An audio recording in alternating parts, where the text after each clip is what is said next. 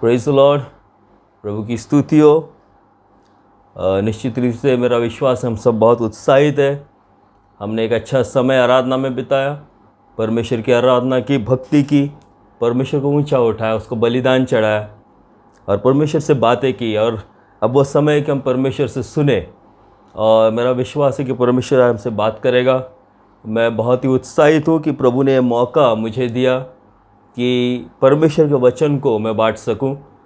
परमेश्वर का वचन अद्भुत है, वो किसी भी दुधारी तलवार से अधिक तेज़ है, क्योंकि मैं यहाँ खड़े रहकर परमेश्वर का वचन आपको बांट रहा हूँ। इसका मतलब ये नहीं कि मैं बहुत धार्मिक हूँ और आप पापी हो, ऐसा नहीं है। तो ये परमेश्वर का वचन आपके लिए और मेरे लिए समान है। वचन समान रीति से सभी के लिए काम करता है। तो परमेश्वर के वचन से हम सुने। मैं बहुत उत्साहित हुआ और परमेश्वर के वचन से हम सुने। कई दिनों में हमने वचन से सुना, पास्टर प्रवीण को हमने सुना और इमैनुअल मिनिस्ट्रीज पे अनेक सेवकों ने जो परमेश्वर के वचन को बांटा, उसमें हमने सुना कि हम याजक हैं। अच्छी अच्छी बातें हमने सुनी कि हम परमेश्वर के लिए याजक है, परमेश्वर ने हमारा अभिषेक किया है, ठीक है।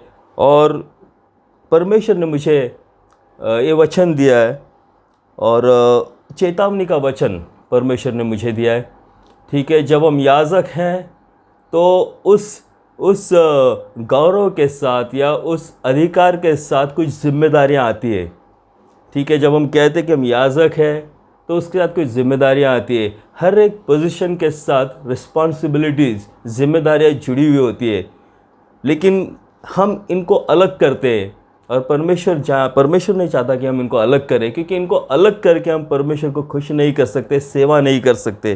तो अब हम परमेश्वर के वचन से देखें। कुछ वचन प्रभु ने मुझे दिए और उसमें से हम देखें कि प्रभु हमें क्या सिखाना चाहता है इन दिनों में, विशेष करके जिस समय में हम हैं। इस समय में प्रभु हमसे क्या चाहता है और प्रभु कलीसिया में क्या कर रहा है इन दिनों में, और प्रभु क्या करना चाहता है, इन बातों को हम देखें। तो हम परमेश्वर के वचन को देखें। कुरिन्ती की किताब, उसका पहला कुरिन्ती, उसका 10वां अध्याय, उसकी 1 से लेकर 13वीं आयत तक हम देखेंगे। लेकिन मैं कुछ आयत पढ़ूंगा, 1 से 13 तक मेरा वर्ड है जो शेयर करना है। लेकिन मैं सिर्फ शुरुआत से धीरे धीरे हम जाएंगे, एक एक वचन पढ़ के, और परमेश्वर हमसे क्या कहना चाहता है इस बात को समझने की कोशिश करेंगे। कि परमेश्वर का वचन जब आता है, परमेश्वर का कलाम जिस किसी भी हाल में आता है, जिस किसी भी समय आता है, अपना काम करता है। वचन हमेशा कार्य करता है। तो हम उस वचन की तरफ ध्यान दें और परमेश्वर के वचन को हमारे दिलों में, हमारे मनों में कार्य करने दें। एक परिवर्तन जो हमारे जीवन में परमेश्वर देखना चाहता है, वो परमेश्वर का वचन हमारे जीवन में लाए। तो हम परमेश्वर के वचन में देखें, पहले कुरिन्ती उसका 10वां अध्याय, उसकी पहले आयत से हम पढ़े। और पौलुस यहाँ पर कहता है, हे भाइयों, मैं नहीं चाहता कि तुम इस बात से अनजान रहो कि हमारे सब बाप दादे बादल के नीचे थे और सब के सब समुद्र के बीच से पार हो गए, और सब ने बादल में और समुद्र में मूसा का बपतिस्मा लिया। यहाँ पर पौल करिन्थ की कलीसिया से कुछ कह रहा है। करिन्थ की कलीसिया से पौलुस बात कर रहा है। उस समय करिन्थ में मूर्ति पूजा और हर प्रकार की बुरी बातों बहुत ज़्यादा होती थी और बहुत ज़्यादा वहाँ पर चलता था। अन्य जाति लोग वहाँ पर बहुत थे और बहुत सारी गलत बातें होती थी। और ऐसे स्थिति में कलीसिया को विश्वास में बने रहना और अपनी दौड़ना कठिन होता था। और इसलिए पौलुस कलीसिया से कहता है, करिन्थ की कलीसिया से कहता है कि तुम इन बातों से अनजान मत रहना, क्योंकि संसार की बातें तुम्हारे अंदर ना आए। जो बाहर हो रहा है कलीसिया के बाहर, वो तुम्हारे अंदर ना आए। इसलिए पौलुस यहाँ पर कहता है कि हे भाइयों, मैं नहीं चाहता कि तुम इस बात से अनजान रहो। किस बात से अनजान रहो? कि हमारे सब बाप दादा बादल के नीचे थे और सब के सब समुद्र के बीच से पार हो गए, और सब ने बादल में और समुद्र में मूसा का बपतिस्मा लिया। प्रियो इज़राइली लोग, वहाँ पर हम देखते हैं पौलुस कहता है कि वो समुद्र से होकर गुजरे। सब के सब बादल के नीचे थे। बादल यानी परमेश्वर की उपस्थिति, बादल यानी परमेश्वर का सानिध्य। वो सारे लोग परमेश्वर की उपस्थिति में थे। सारे लोग परमेश्वर की उपस्थिति से होकर समुंदर से गुजरे उनके लिए वो चमत्कार और पानी एक ढेर के समान दोनों तरफ खड़ा हो गया दीवार की तरह, और वो बीच में से सूखी भूमि से गए। उन सभी ने मूसा में बपतिस्मा लिया। लेकिन पौलुस कहता है कि तुम इस बात से अनजान मत होना, क्योंकि वे लोग अनजान थे। वो क्या हो रहा था उनके साथ वो नहीं जानते थे। उन लोगों ने जो कुछ भी उनके साथ हुआ, जो हो रहा था, एक बपतिस्मा हो रहा था, इस बात से वो अनजान थे। उन्होंने सिर्फ परमेश्वर के चमत्कार को देखते थे और सिर्फ मूसा के पीछे चल रहे थे। मूसा के परमेश्वर को जानने की उन्होंने कोशिश नहीं की थी, और इसलिए जो उनके साथ हो रहा था उसमें वो अनजान थे। वो नहीं जानते थे कि उनका एक बपतिस्मा हो रहा है, और उस समुद्र से होकर गुजरे। और पौलुस कहता है कि मैं नहीं चाहता कि जो कार्य उनके जीवन में हो रहा था, जिससे वो अनजान थे, तुम अनजान रहो। क्योंकि वो परमेश्वर के कार्य से अनजान थे, क्योंकि इसलिए उनके जीवन में एक लापरवाही आई। वो सिर्फ चमत्कारों को देख रहे थे, बस प्रभु चला रहा है, हम चल रहे हैं, जो प्रभु कर रहा है वो ठीक है। उन्होंने उस परमेश्वर को जानने की कोशिश नहीं की। परमेश्वर को जानने के लिए परमेश्वर की समक्षता को, परमेश्वर के सानिध्य को जानना बहुत ज़रूरी है। चमत्कार हमें परमेश्वर के नज़दीक नहीं लाती है। चमत्कार से हम परमेश्वर के सामर्थ्य को देखते हैं, लेकिन परमेश्वर के सानिध्य को, परमेश्वर की उपस्थिति को जानने के लिए परमेश्वर की उपस्थिति में आना पड़ता है, कुछ करना पड़ता है। ऐसे ही नहीं होता।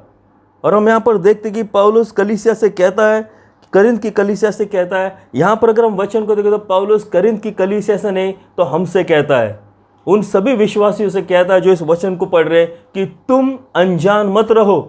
क्योंकि इजरायली लोग अनजान थे, उनके जीवन में परमेश्वर क्या कर रहा था उस बात से वो अनजान थे, और उन्होंने जानने की कोशिश नहीं की। वो सिर्फ चमत्कार का आनंद लेकर चल रहे थे। परमेश्वर उनकी ज़रूरत को पूरा कर रहा था, उनका आनंद लेकर चल रहे थे। लेकिन उस परमेश्वर को जानने की उन्होंने कोशिश नहीं की। वो परमेश्वर कौन है, क्या है, जानने की उन्होंने कोशिश नहीं की। और बाइबल कहती है आगे की, और सब के सब बादल में और समुद्र में मूसा का बपतिस्मा उन्होंने लिया, और सब ने एक ही आत्मिक भोजन किया, और सब ने एक ही आत्मिक जल पिया, क्योंकि वे उस आत्मिक चट्टान से पीते थे जो उनके साथ साथ चलती थी। प्रियो, उन सभी ने उस आत्मिक मान्ना को खाया। वो जो खा रहे थे वो स्वर्गीय रोटी थी, वो मान्ना था, स्वर्ग की रोटी थी। लेकिन इस बात से भी वो अनजान थे, इस बात को भी उन्होंने नहीं जाना। वो लापरवाह थे। परमेश्वर उनकी ज़रूरत को पूरा कर रहा था, क्योंकि वो जंगल से गुजर रहे थे, उनके जीवन में ज़रूरत थी, और परमेश्वर उनकी ज़रूरत को पूरा कर रहा था। उनके लिए रोटी दे रहा था, उनके लिए जल दे रहा था। बाइबल कहती है कि वो जल जिस चट्टान से वो जल जो निकला वो चट्टान यीशु था। यानी परमेश्वर का सानिध्य, परमेश्वर की उपस्थिति उनके साथ साथ चलती थी। फिर भी उन्होंने परमेश्वर की उपस्थिति को नहीं जाना। उन्होंने वो जल पिया, उन्होंने वो मान्ना खाया, लेकिन फिर भी परमेश्वर की उपस्थिति को उन्होंने नहीं जाना। क्या हम इस बात से हमको जान पहचान होती है? हमारे जीवन में भी परमेश्वर का कार्य इसी प्रकार चल रहा है। इन दिनों में विशेष करके हमने परमेश्वर के सानिध्य में हमारे जीवन में चमत्कार पाया, हमारे जीवन में अद्भुत काम हुए, और हम परमेश्वर पर, प्रभु यीशु मसीह पर विश्वास करने लगे। लेकिन विश्वास करने से हम परमेश्वर के सानिध्य को, परमेश्वर को जान नहीं सकते। क्योंकि हमारे जीवन में एक चमत्कार हुआ, हमने विश्वास किया, इसका मतलब मैं परमेश्वर को जानता हूं, ऐसा नहीं है। परमेश्वर कहता है तुम मुझे खोजो तो मैं तुम्हें मिलूंगा। परमेश्वर की उपस्थिति को खोजना पड़ता है। अगर हम या सके तो उसकी जिम्मेदारी को निभाना पड़ता है।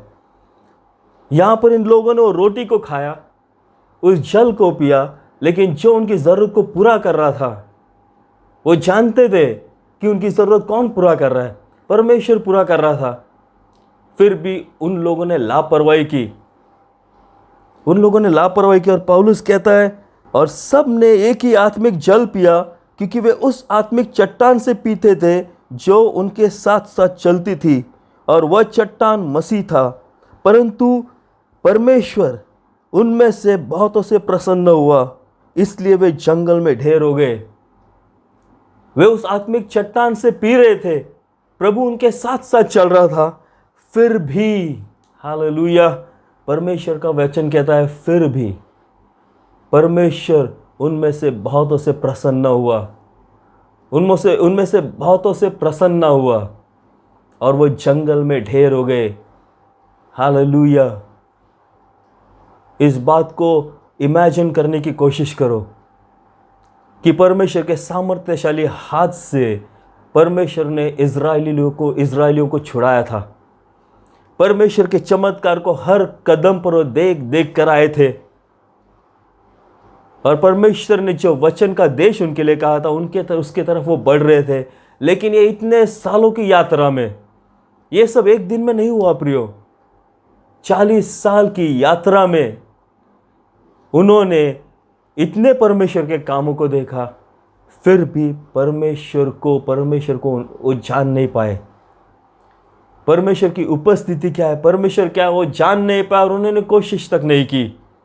हमारे जीवन में अनेक चमत्कार होते हैं प्रियो, अनेक बार हम गवाही देते और अनेक कार्य हमारे जीवन में होता है, लेकिन हम उसकी गवाही देते, हम परमेश्वर के कार्यों का वर्णन करते हैं और फिर शांत हो जाते हैं। परमेश्वर चाहता है कि हम उसे खोजें। परमेश्वर ने जो हमारे जीवन में कार्य किया उससे हम लापरवाह ना हो। हम में से कितनों पर परमेश्वर की बुलाहट है, जितनों ने प्रभु पर विश्वास किया, मेरा यकीन है जितनों ने उद्धार पाया सभी पर परमेश्वर की बुलाहट है। हम सबको जब हमने उद्धार पाया तो हमारे सामने एक बुलाहट प्रभु ने रखी, हमारे जीवन को एक दिशा प्रभु ने दी, और प्रभु चाहता कि हम दिशा में दौड़े। एक लक्ष्य हमारे सामने प्रभु ने रखा। हालेलुया। लेकिन जैसे हमारा विश्वास जीवन बढ़ता जाता है, जो करिन्थ की कलीसिया में हो रहा था, जो पौलुस उन्हें चेतावनी दे रहा था, वो क्या आज की कलीसिया में हो रहा है? क्या आपके और मेरे जीवन में ऐसा हो रहा है? क्या हमने हमारी दौड़ को शुरू किया है और हम अनजाने कि प्रभु हमारे जीवन में क्या कार्य कर रहा है? क्या परमेश्वर की बुलाहट को हमने लापरवाही में लिए? परमेश्वर के अभिषेक पर, परमेश्वर की आत्मा का अभिषेक, परमेश्वर के उद्धार को हमने आसानी से लिया है? परमेश्वर की हमारे जीवन के लिए योजना है, और पौलुस कहता है कि परमेश्वर नहीं चाहता कि जैसे इनका नाश हुआ जंगल में वैसे हमारा नाश हो इस यात्रा में। जैसे एक यात्रा पर इजरायली लोग निकले वचनबद्ध देश में जाने के लिए, वैसे एक यात्रा पर हम निकले और हम उस सिय्योन देश की तरफ बढ़ रहे। लेकिन ये भी एक यात्रा है, जिस प्रकार की यात्रा उन्होंने की मूसा के द्वारा, उस प्रकार की एक यात्रा है। प्रियो, इजरायली लोग वो स्वतंत्र थे, वो एक स्वतंत्र लोग थे, क्योंकि जब वो लाल समुद्र से होकर गुजरे, जब वो मूसा के साथ निकले, तब वहां पर व्यवस्था आई नहीं थी। व्यवस्था, किसी प्रकार की व्यवस्था परमेश्वर ने दी नहीं थी, तो वहां पर किसी प्रकार की व्यवस्था नहीं थी। इसका मतलब है कि इजरायली लोग स्वतंत्र लोग थे, और स्वतंत्रता का, हम अपने स्वतंत्रता का कैसा इस्तेमाल करते हैं ये हमारे ऊपर निर्भर होता है। जो आज़ादी प्रभु ने हमें दी है उसका हम किस प्रकार उपयोग करते हैं, किस कार्य के लिए उपयोग करते हैं, ये हमारी जिम्मेदारी है। ये जो कुछ संसार में हो रहा है इन दिनों में, ये दशा जो है, ये और इससे और कुछ अच्छा नहीं होने वाला है, क्योंकि हम जिस तरफ बढ़ रहे हैं, हमारे प्रभु का आना निकट है, हम जानते हैं। लेकिन हमारा प्रभु कब आएगा इसकी फिक्र हमें करने की ज़रूरत नहीं है।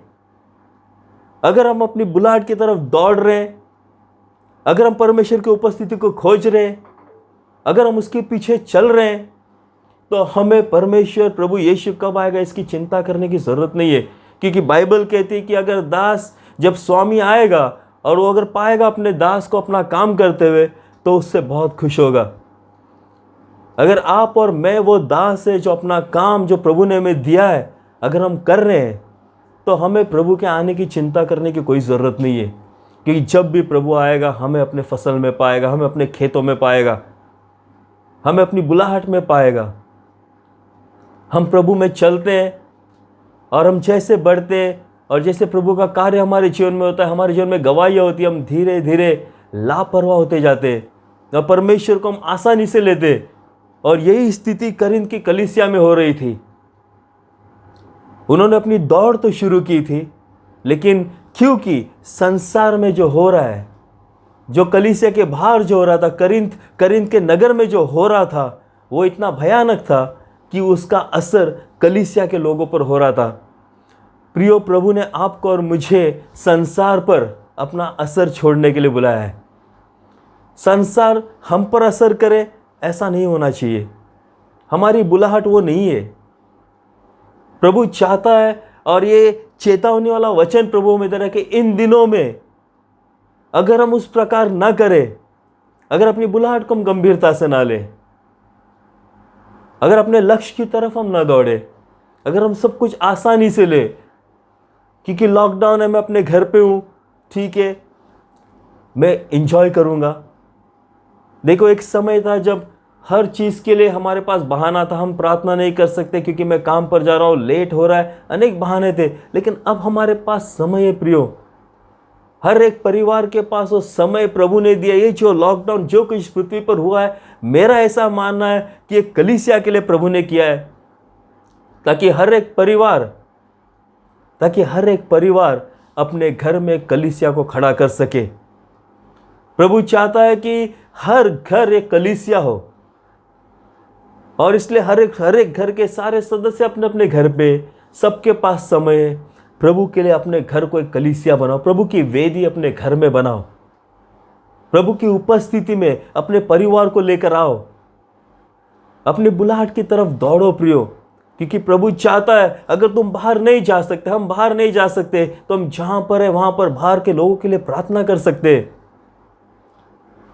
चंगाई के लिए प्रार्थना करें, अब इस बीमारी को दूर कर, ऐसी प्रार्थना करने के लिए मैं नहीं कहता, लेकिन लोगों का उद्धार हो सके, लोग प्रभु को जान सके। क्योंकि अक्सर कठिन समय में लोग परमेश्वर को ढूंढते, और ये कलीसिया के लिए एक मौका है कि हम वो करें।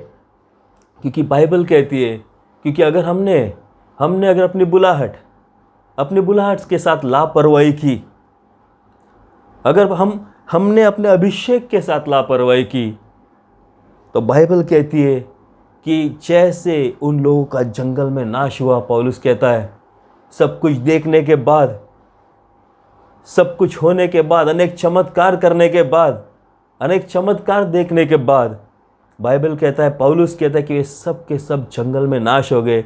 जैसे उनका नाश हुआ, वो अपनी यात्रा पर निकले तो थे, लेकिन क्योंकि उन्होंने प्रभु की उपस्थिति को नहीं खोजा।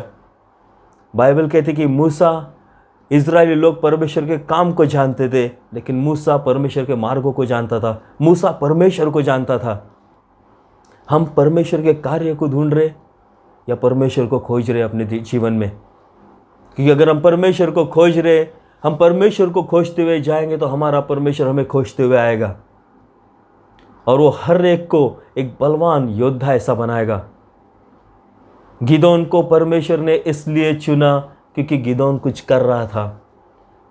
जब पूरे इजरायली लोग अपने घरों में छिपे हुए थे, पर गिदोन वहाँ पर कुछ कर रहा था।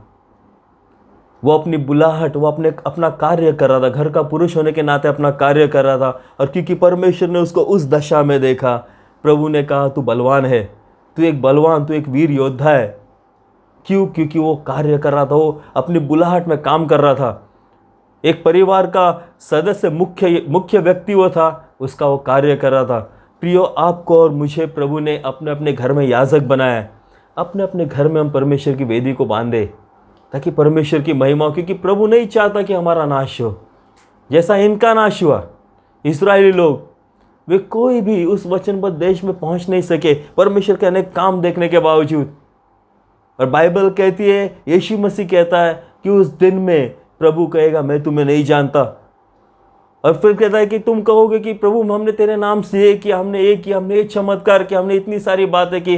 प्रभु कहता है, मैं तुम्हें नहीं जानता, क्योंकि जब मैं तुम्हारे जीवन में कार्य कर रहा था, तुमने मुझे जानने की कोशिश नहीं की, और इसलिए आज मैं तुम्हें नहीं जानता। जो कार्य मैं तुम्हारे जीवन में कर रहा था, उससे तुमने जानने की कोशिश नहीं की। जिस तरफ मैं तुम्हें ले जाना चाहता था, उस तरफ तुमने जाने की कोशिश नहीं की, अपने बुलाहट को जानने की कोशिश नहीं की। इसलिए आज मैं तुम्हें नहीं जानता। प्रियो, मैं ये नहीं सुनना चाहता। मैं उस प्रभु के सामने ये बात नहीं सुनना चाहता, और मेरा विश्वास है कि आप भी ये नहीं सुनना चाहते। आज हमारे पास प्रभु ने बहुत सारा समय दिया है, हम बैठे और याद करें हमारे उद्धार के दिन को, उस वक्त को याद करें कि प्रभु ने किस प्रकार हमें छुड़ाया और हमारे सामने क्या गोल रखा, क्या लक्ष्य रखा, क्या वचन हमने परमेश्वर को दिए, कैसी कैसी बातें हमने प्रभु से की, कितने वादे हमने प्रभु से किए, और उसके तरफ हम बढ़ने लगे। प्रियो, ये वो समय है हर एक विश्वासू के लिए कि हम बैठकर उन बातों को याद करें, क्योंकि प्रकाशित वाक्य में प्रभु कलीसियाओं से यही कहता है कि तू याद कर, उन दिनों को याद कर, उस समय को याद कर और पहले जैसे बातें कर। ये मौका प्रभु देता है। प्रभु चाहता है कि हम ये करें इन दिनों में, क्योंकि प्रभु नहीं चाहता कि हमारा नाश हो, और मैं बिल्कुल नहीं चाहता कि मेरा नाश हो। मेरा विश्वास है कि आप भी नहीं चाहते, क्योंकि हम जीवन की तरफ बढ़ने लगे, अपनी अपनी बुलाहट को हम जाने। प्रियो, हम वो बातें ना करें जो उस समय के कलीसिया ने किया।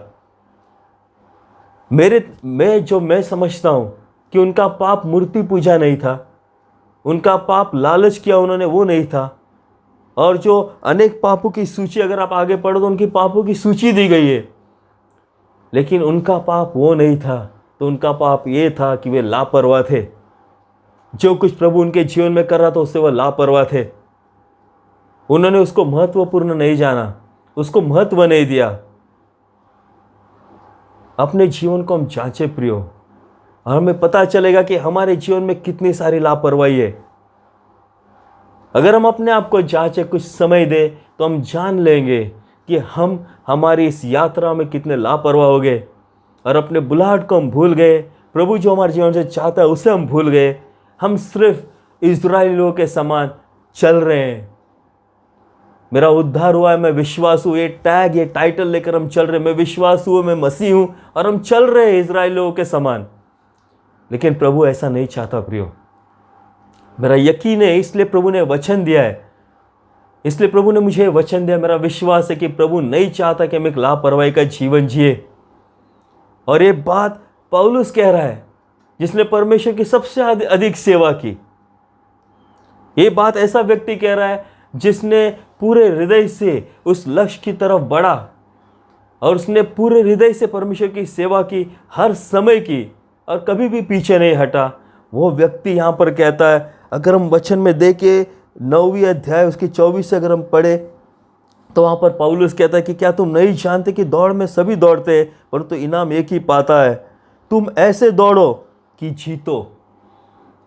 पौलुस कहता है कि दौड़ में सभी दौड़ते हैं। आज जितने विश्वास इस पृथ्वी पर है, हम सब एक दौड़ में हैं। और अगर हम इस दौड़ से अनजान रहे और लापरवाही से दौड़े, तो उसका प्रतिफल हमें भोगना पड़ेगा। अगर हम अपनी इस दौड़ को लापरवाही से दौड़े, तो हम जीतेंगे नहीं बिल्कुल, क्योंकि हम दौड़ नहीं रहे, हम लापरवाह हो गए। लेकिन अगर हम ध्यान दें, अगर अपनी दौड़ की तरफ हम ध्यान दें, उसे गंभीरता से ले, तो हम दौड़ेंगे जीतने के लिए। हम जीतने के लिए दौड़ेंगे। जैसा पहलवान कुश्ती के लिए, जीतने के लिए कुश्ती लड़ता है। आगे हम वचन में देखें तो वो पहलवान का उदाहरण दे रहा है, मुक्केबाज का उदाहरण दे रहा है कि जो भी है, जो पहलवान है, कुश्ती लड़ता है, जो व्यक्ति दौड़ता है, जो मुक्केबाजी करता है, ये सब जीतने के लिए कर रहे हैं।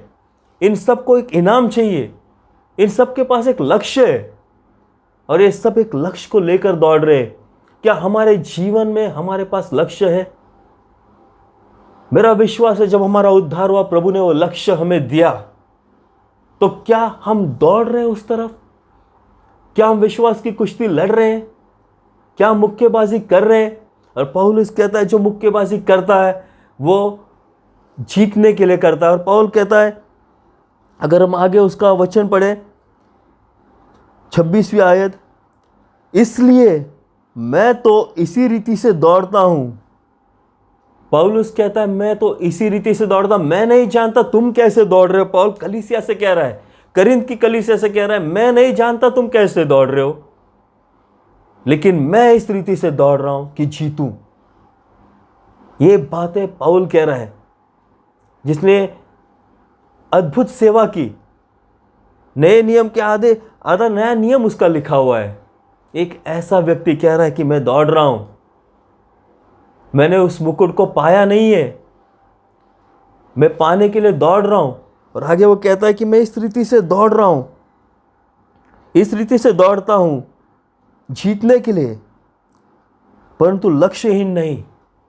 पौल कहता मैं दौड़ रहा हूं, इस रीति से दौड़ रहा हूं, लेकिन बिना लक्ष्य के नहीं दौड़ रहा हूं। मैं अपनी बुलाहट को नहीं भूला हूं, मैंने अपने लक्ष्य को मैंने अपने सामने रखा है और मैं उसको देख कर दौड़ रहा हूं। ऐसे ही नहीं दौड़ रहा हूं। इस्राएली लोग ऐसे ही दौड़ रहे थे, उनको उनके लक्ष्य से किसी चीज से कोई मतलब नहीं था और इसलिए वे सब जंगल में नाश हो गए। लेकिन हमें ऐसे दौड़ना है। पौल कहता है हमें ऐसे दौड़ना है। पौल कहता है मैं खुद ऐसे दौड़ रहा हूं, लक्ष्य नहीं तो मेरे सामने मैंने लक्ष्य रखा है, मुझे क्या करना है मैं जानता हूं। जिस दिन मेरा उद्धार हुआ प्रभु ने मुझे बताया मुझे क्या करना है। प्रभु ने मुझे कहा कि तुझे अन्य जातियों के पास जाना है और मैं दौड़ रहा हूं। I am running.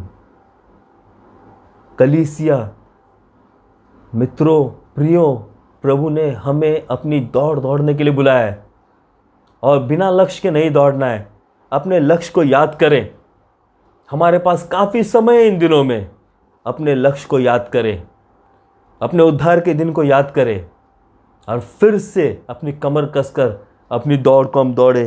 और वह कहता है कि मैं लक्ष्यहीन नहीं दौड़ता, मैं इस रीति से मुक्कों से लड़ता हूँ, परंतु उसके समान नहीं जो हवा को पीटता हुआ लड़ता है। पौल कहता है इस तरह मैं बॉक्सिंग कर रहा हूँ, मैं इस तरह मुक्केबाजी कर रहा हूँ, मैं जानता हूँ मैं किसे मार रहा हूँ। वो कह रहा है मैं ऐसे हवा में मुक्का नहीं चला रहा, ऐसे बस हवा में नहीं कर रहा हूँ, तो मैं जानता हूँ मेरा शत्रु कौन है, मैं जानता हूँ मैं किससे लड़ रहा हूँ। मैं हवा को नहीं पीटना, मैं ऐसे अपने खुद को थका नहीं रहा हूँ। पौल कहता है कि मैं जानता हूँ मेरा शत्रु कौन है। पौल कहता है कि मैं जानता हूं मेरा शत्रु कौन है, मैं किसे मार रहा हूं। जब मैं हाथ को ऐसे चला रहा हूं तो मैं जानता हूं कि मैं किसे मार रहा हूं, ये किसे लग रहा है। हमें हवा में मुक्केबाजी नहीं करनी है प्रियो। तो हम अपने शत्रु को जानते हैं। जैसे पौल जानता था वैसे हम अपने शत्रु को जानते हैं। लेकिन पौल ने यहां पर वर्णन किया है कि मैं इस तरह नहीं करता, तो मैं लक्ष्य, मेरा उद्देश्य क्लियर है, मैं जानता हूं मुझे क्या करना है और उसकी तरफ मैं दौड़ रहा हूं। और आगे वो कहता है, आगे वो अपने शत्रु को बता रहा है, वो बता रहा है कि वो किसको मुक्केबाजी कर रहा है। ये बहुत ही अद्भुत है प्रियो। पौल कहता है मैं हवा को नहीं पीटता, मैं मुक्का मार रहा हूं। और आगे वो बताता है कि किसके साथ मुक्केबाजी कर रहा है। और आगे वो कहता है परंतु मैं अपनी देह को मारता कूटता और वश में लाता हूं। हालेलुया। ये बातें पौलुस कह रहा है। ऐसा व्यक्ति जिसने प्रभु की सेवा इतने सामर्थ्य से की, वो व्यक्ति कह रहा है कि मुझे इस दौड़ में, इस मुक्केबाजी में, इस कुश्ती में मुझे लड़ना है। और इस दौड़ से रोकने के लिए, मेरे प्रतिफल से रोकने के लिए, अगर मेरा कोई शत्रु है तो मैं खुद हूं, वो मेरा शरीर है। वो यहाँ पर शत्रु को प्रकट करता है कि मेरा देह है, क्योंकि हमारा शरीर अनेक वासनाओं से भरा हुआ है, अनेक आकर्षणों से भरा हुआ है, आसानी से बहक जाता है, आसानी से उन बातों की तरफ जाता है जहां से हम निकले हुए हैं, आसानी से हमें भटका देता है। और पौल कहता है कि मेरा शत्रु मेरा शरीर है। बाइबल कहती है रक्त और मांस, देह और मांस परमेश्वर के राज्य को नहीं पाएंगे, परमेश्वर के राज्य में नहीं जाएंगे। रक्त और मांस, देह और मांस परमेश्वर के राज्य में नहीं जाएंगे, बाइबल कहता है। और पौल कहता है कि मैं अपने शरीर को मारता हूँ, क्योंकि अगर इस रेस में, इस दौड़ में अगर मुझे कोई डिस्क्वालीफाई कर सकता है, इस दौड़ में अगर कोई मुझे इस दौड़ के बाहर कर सकता है तो मेरा शरीर है। क्योंकि अगर मैं अपने शरीर की सुनूं तो मैं इस दौड़ के बाहर निकल जाऊंगा। अगर मैं अपने शरीर की सुनूं तो इस दौड़ को मैं दौड़ नहीं पाऊंगा, मेरे प्रतिफल को मैं नहीं पाऊंगा। प्रियो, पौलुस ये कहता है कि उसकी दौड़ में उसकी रुकावट उसका शरीर है, उसका देह है। अगर ये बात पौलुस कहता तो आपको और मुझे कितना ध्यान देना चाहिए, कितने अधिक रीति से ध्यान देना चाहिए। क्योंकि शरीर की वासनाएं, शरीर की लालसाएं हमें परमेश्वर से दूर करती है। शरीर की बातें हमें अपने दौड़ से दूर करती है। इसलिए गलातियों की किताब में पौलुस कहता है, गलातियों की कलीसिया को कहता है कि तुम अच्छे से दौड़ रहे थे, किसने तुम्हें रोका? ऐसी क्या बात है जिसके कारण तुम अपने दौड़ में रुक गए? यही बात आज पौल हमसे कर रहा है, प्रभु हमसे कर रहा है पौल के द्वारा,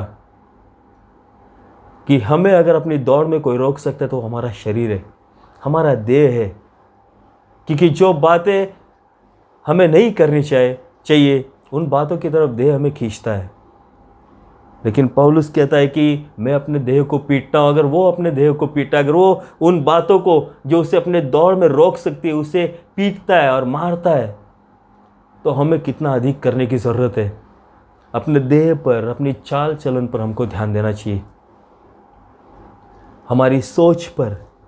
वो सारी बातें, शरीर की बातें जो हमें इस दौड़ में निकम्मा ठहरा सकती है, उन बातों पर हमको ध्यान देना चाहिए और उन्हें मुक्का देना चाहिए, उन्हें मुक्का मारना चाहिए, अपने जीवन से निकालना चाहिए, उन पर जय पाना चाहिए। क्योंकि परमेश्वर ये चाहता है हमारे जीवन से, ये परमेश्वर की इच्छा है हमारे लिए। और जो पौलुस ने किया तो हमें कितना अधिक रीति से करने की ज़रूरत है। क्योंकि आगे वो कहता है कि ऐसा ना हो कि औरों को प्रचार करके मैं आप ही किसी रीति से निकम्मा ठहरूं। ओ हालेलुया! पौल कह रहा है, ये डर पौलुस के जीवन में था, आपके और मेरे जीवन में कितना अधिक होना चाहिए। जिसने सामर्थ्य से, जिसका परमेश्वर इस्तेमाल कर रहा था, वो व्यक्ति ऐसा कहता है कि ऐसा ना हो कि मैं इस दौड़ से डिस्क्वालीफाई हो जाऊं, ऐसा ना हो कि मैं इस दौड़ के बाहर निकल जाऊं। इसका भय पौल के जीवन में था और इसलिए वो यत्न कर रहा था अपनी दौड़ को दौड़ने के लिए और उन सारी बातों से लड़ रहा था जो उसे रोक रही थी। अगर पौलुस को इस बात का डर है कि मैं निकम्मा ना ठहरूं, मैं डिस्क्वालीफाई ना हो जाऊं, तो हमें, मुझे और आपको कितना अधिक इसका डर होना चाहिए। और अगर इसका डर, डिस्क्वालीफाई होने का डर, इस दौड़ से बाहर निकाल बाहर करने का डर अगर हमारे जीवन में नहीं है, तो इसका मतलब यह है कि हम एक लापरवाही का जीवन जी रहे हैं। इसका मतलब यह है कि हम एक लापरवाही का जीवन जी रहे। इसलिए हमें डर नहीं कि मैं डिस्क्वालीफाई हो सकता हूं, मैं इस दौड़ से बाहर जा सकता हूं। हमने परमेश्वर को आसानी से लिया, इसका मतलब ऐसा होता है। इस गलत फहमी में मत रहना प्रियो, कि एक बार हमारा उद्धार हुआ और हम विश्वासु हो गए तो इसका मतलब हमें कोई डिस्क्वालीफाई नहीं कर सकता, हमें इस दौड़ के बाहर कोई कर नहीं सकता। क्योंकि प्रियो, अगर हम दौड़ नहीं रहे हैं तो दौड़ के बाहर हो सकते हैं। कई दिनों में हमने बहन जेनी से, सिस्टर जेनी से इस वचन को सुना कि वो मालिक उस दाग की बारी में आता है और उस माली से कहता है कि अंजीर का पेड़ फल नहीं दे रहा, इसे काट डाल। ये बात मालिक के मुंह से आई है प्रियो। वो कहता है कि ये पेड़ जो जिसलिए इसको रखा गया है वो काम नहीं कर रहा, जिस दौड़ में इसे रखा है दौड़ नहीं रहा, तो इसको बाहर कर दे। वो माली से कहता है कि इसको निकाल। ये बात किसी पेड़ के लिए नहीं है प्रियो, क्योंकि जो कुछ प्रभु ने कहा वो आपके लिए और मेरे लिए। अगर हम फल न लाए तो हम ज़मीन का क्यों इस्तेमाल करें? अगर हम अपनी दौड़ न दौड़े तो प्रभु हमें क्यों दौड़ में रखेगा? प्रभु दौड़ने के लिए हमारी सहायता करेगा अगर हम दौड़े तो। लेकिन अगर हमने अपने लापरवाही बरखी है और हम इसको बहुत आसानी से ले रहे हैं, अपनी बुलाहट को, परमेश्वर के अभिषेक को, पवित्र आत्मा के अभिषेक को, परमेश्वर के कार्य को, तो इस दौड़ से हम डिस्क्वालीफाई हो सकते हैं। क्योंकि प्रभु का वचन कहता है कि इस्राएली लोग जंगल में नाश हो गए, जहाँ पर उनको जाना था वो जा नहीं पाए। जो अभिवचन प्रभु ने, पिता ने उन्हें दिया था, परमेश्वर ने, उस अभिवचन के देश में वो जा नहीं सके क्योंकि उन्होंने अपने जीवन में लापरवाही रखी और उनके लापरवाही के कारण उनका जंगल में नाश हुआ कि परमेश्वर उनसे संतुष्ट नहीं था। लेकिन मैं चाहता हूँ कि परमेश्वर हमसे संतुष्ट हो और इसके लिए अपने जीवन पर हम ध्यान दें। इन दिनों में परमेश्वर ने हमें क्यों बुलाया है और हमें क्या करना है, इस पर ध्यान दें। कि अगर हम ध्यान न देंगे तो इस दौड़ से हम डिस्क्वालीफाई हो सकते हैं, इस दौड़ के बाहर हम हो सकते हैं। और परमेश्वर नहीं चाहता कि आप और मैं इस दौड़ के बाहर हो। दौड़ में दौड़ने के लिए इस बात का जानना बहुत ज़रूरी है कि हम एक दौड़ में हैं। क्योंकि अगर हम इस बात को नहीं जाने और हम जहाँ पर दौड़ना है वहाँ पर टहल रहे, तो हम कभी भी फिनिश लाइन तक पहुँच नहीं सकते। हमें टहलने के लिए नहीं, प्रभु ने दौड़ने के लिए बुलाया है।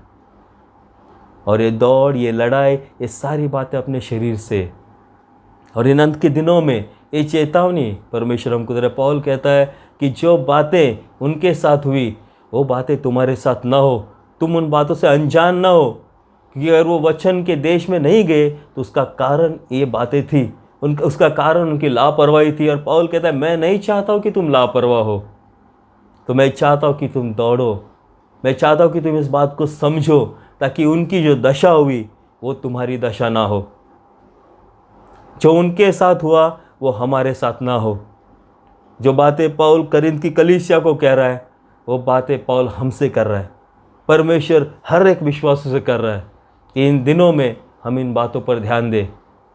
अगर हम अपनी दौड़ को समझें और अपने आत्मिक जीवन में लापरवाही ना करें, प्रभु के हर एक वचन को गंभीरता से ले, हर एक वचन का आदर करें, प्रभु की उपस्थिति का आदर करें, अपनी दौड़ को जाने और दौड़े। अपने घरों में इन दिनों में जब हम इस दौड़ को अपने घुटनों पर दौड़ सकते हैं, प्रभु के सामने हाथ उठाकर दौड़ सकते हैं, उन लोगों के लिए प्रार्थना कर सकते हैं जो प्रभु को नहीं जानते। हमारे विश्वासी भाई बहनों के लिए मध्यस्थी कर सकते, जो परेशानी में, जो परीक्षाओं में, उनके लिए प्रार्थना कर सकते। इस दौड़ को दौड़ने के अनेक तरीके, हर एक की अपनी अपनी दौड़ है और हम सभी को दौड़ना है। और जब हम इस प्रकार दौड़ेंगे तो परमेश्वर अपनी कलीसिया को महिमामय करेगा। प्रभु चाहता है कि इन दिनों में हम वो करें। और मेरा मानना है कि ये लॉकडाउन का पीरियड इसलिए कि हर एक परिवार जो अपने अपने घर पे पूरा का पूरा परिवार साथ में इस बात का पूरा लाभ उठाए और प्रभु की उपस्थिति में बैठे। अपने घरों को परमेश्वर का भवन बनाओ प्रियो, परमेश्वर की वेदी बांधो, बलिदान चढ़ाओ। क्योंकि प्रभु पत्थरों को तराश रहा है, प्रभु कलीसिया को तराश रहा है। क्योंकि वक्त आ गया कि प्रभु अपने भवन को बनाए। और भवन को बनाने के लिए जिन पत्थरों की आवश्यकता है वो आप और मैं है। और अपने अपने घरों में प्रभु हमें तराश रहा है, अपने अपने घरों में हमें छाट रहा है। जो भी आवाज़ होना अपने अपने घरों में हो रहा है, ताकि जब परमेश्वर अपने भवन को खड़ा करे तो वहाँ पर किसी प्रकार का आवाज़ ना होगा, वहाँ पर सिर्फ परमेश्वर की महिमा होगी। और मेरा विश्वास है कि इस वचन के द्वारा प्रभु ने आपको उत्साहित किया है, उत्तेजित किया है और वो सोचने के लिए मजबूर किया है कि हम कुछ समय शांत रहकर जो परमेश्वर ने हमारे जीवन में किया और जिस तरफ परमेश्वर चाहता कि हम जाएं और जो परमेश्वर ने हमसे बातें की उस पर ध्यान लगाए। और फिर से अपनी कमर कसकर जो दौड़ रहे हैं वो अद्भुत है, वो आशीष की बात है। लेकिन जो नहीं दौड़ रहे, जो जिन्होंने लापरवाही किए, ये आपके लिए और मेरे लिए कि हम अपने जीवन में लापरवाही ना करें। तो अपनी दौड़ को समझे, अपनी बुलाहट को समझे और अपने परमेश्वर को खोजे और उसकी योजना और उसकी इच्छा को खोजे और उसके पीछे हो ले, ताकि हमारे परमेश्वर की महिमा सारी पृथ्वी पर हो। हालेलुया। प्रभु हम सभी को आशीष दे। आमीन। हम प्रार्थना करेंगे। पवित्र पिता, मैं तुझे गौरव, महिमा, धन्यवाद देता हूँ क्योंकि तू एक अद्भुत परमेश्वर है। और इन दिनों में पवित्र पिता तू हमें चेतावनी दे रहा है, इसलिए हम धन्यवाद देते हैं। इसलिए दे रहा है प्रभु जी क्योंकि तू नहीं चाहता कि हम किसी का नाश हो, हम में से किसी का भी नाश हो, ऐसी तेरी इच्छा नहीं है प्रभु। तू चाहता है कि हम जितने लोगों ने हमारी दौड़ को शुरू किया है विश्वास के द्वारा, हम उसे पूरा करें। और प्रभु जी वो पूरा करने के लिए जो सहायता चाहिए प्रभु जी वो तू हमें दे रहा है, तू हमें रोज़ देता है, इसलिए हम धन्यवाद देते हैं। प्रभु हमारे स्वभाव पर हम ध्यान दें, हम लापरवाह ना हो प्रभु जी। तेरा कार्य जो हमारे जीवन में, हमारे परिवार में और चारों ओर जो तेरा कार्य हो रहा है उससे हम अनजान ना रहे प्रभु जी। ओ जानकर विश्वास के साथ इस दौड़ को दौड़े, ऐसे हम में से हर एक की सहायता कर। अपने अपने घरों को प्रभु जी हम प्रार्थना का घर बनाएं, अपने अपने घरों में हम एक वेदी को खड़ा करें प्रभु जी इन दिनों में, ताकि बलिदान चढ़ाया जाए प्रभु जी, ताकि तेरा नाम ऊंचा हो। हम तुझे गौरव सम्मान देते। ये पूरा सप्ताह प्रभु तूने हमें संभाला, इसलिए हम धन्यवाद देते। आने वाले सप्ताह को पिता तेरे पवित्र हाथों में सौंपता हूँ। ओ हालेलुया, इस दौड़ को दौड़ने के लिए और प्रभु जी विश्वास में दृढ़ रहने के लिए और आगे बढ़ने के लिए, तेरी इच्छा योजना को जानकर आगे बढ़ने के लिए हम में से हर एक की सहायता कर। फिर से मिलते तलक प्रभु जी तो हम में से हर एक को सुरक्षित रख, आत्मा में बलवान रख और उत्साहित रख। ये प्रार्थना प्रभु यीशु मसीह के नाम से पिता करता हूँ, सुन और ग्रहण कर। आमीन।